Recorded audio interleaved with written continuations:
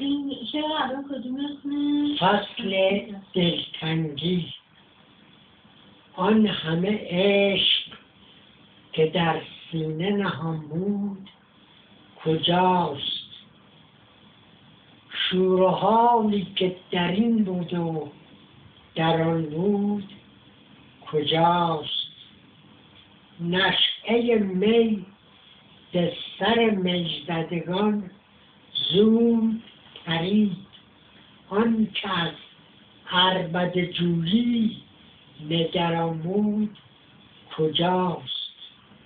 نوش نوشان همه رفتند، خماریم خمار. جمع مستان که در آن پیر و جوان بود کجاست؟ از می و ساغر و ساقی خبری نیست که نیست، آن که در هر قدمش رقص کنان بود کجاست؟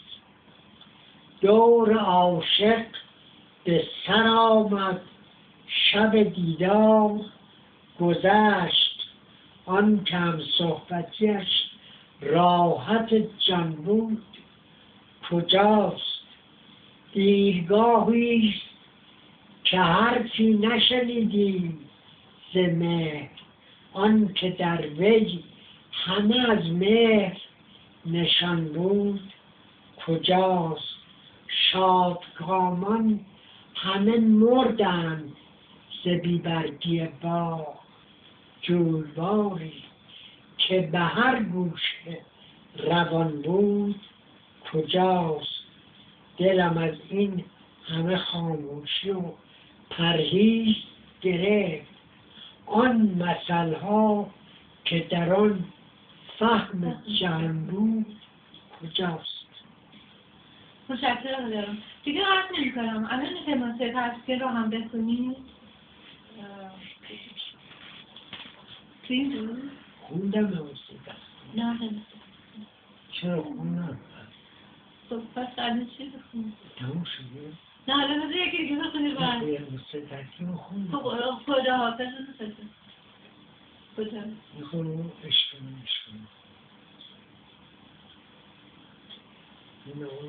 نه دیگه قطعش نکنید برش کنید. چیزه. آها دلم برای تو تنگ است. دلم برای تو تنگ است. یه جوانی.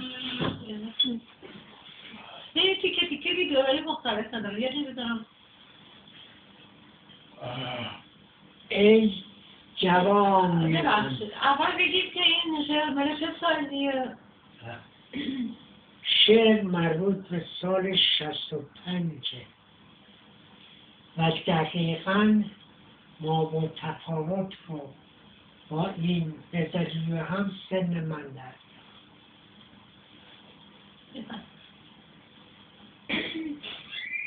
ای جوانی من، دلم برای تو تنگ است. ای جوانی من، چه سخت می گذرد بی تو زندگانی من. شتابناک تر از باد می رسد از راه، خزان عمر من و فصل ناتوانی من. چه دردناک سفر می کنی، سفر تلخ است. چه تلخ می گذری، تلخ یار جانی من. شکست خاطر و غمناک در پیت جاری است. به کوچه کوچه شب بانگ نوحه خوانی من. خدا خراب کند خانه تو را، ای بخت که لحظه‌ای ننشستی به شادمانی من. نه عشق ماند و نه امید، ماندم تنها. نمانده هیچ کسی بهر هم زبانی من. چه زود پنجه فکندم پنجه در 50 رسید دور غم و دور سرگرانی من. متشکرم. دیگه من فکر میکنم که این جوانی و اون شعر اعتباری روزگاری بوده ما هم روزگاری داشتیم و این همه عشق که در سینه نهاده خیلی قدیمیه. بله تمام اینا برمیگرده به قبل از 57 یعنی نه شعر سرودن شعر ولی اون شادمانی و نشاط و اون عشق‌ها و اون صداقت بیریایی اون حال هوایی که بود همش مربوط میشه به قبل از 57. متشکرم آقای آرون. خواهش رو دارم. من هم از شما سپاسگزارم.